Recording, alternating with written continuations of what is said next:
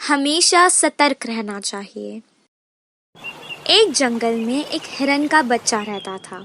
उसकी एक आंख नहीं थी, इसी कारण वो हमेशा परेशान रहता था। जिस आंख से उसे दिखाई नहीं देता था, अगर कोई उस पर उस आंख की तरफ से हमला करे तो उसे बिल्कुल भी दिखाई नहीं देता था।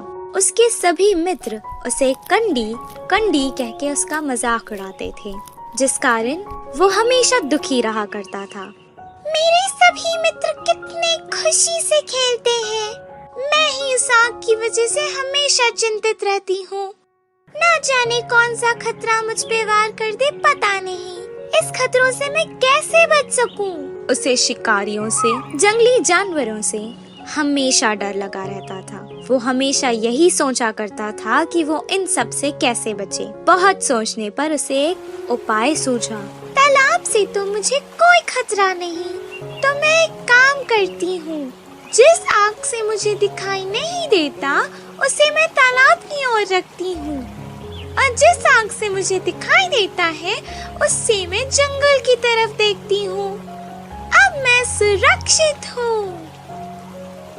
अब हर दिन जैसे उसने सोचा, वो बिल्कुल वैसे ही करने लगी और अपना जीवन चिंता मुक्त होकर बिताने लगा। पर एक दिन तालाब में एक शिकारी नाव में शिकार के लिए जंगल की ओर आ रहा था। तब उसकी नजर एक आंख वाले हिरन पर पड़ी।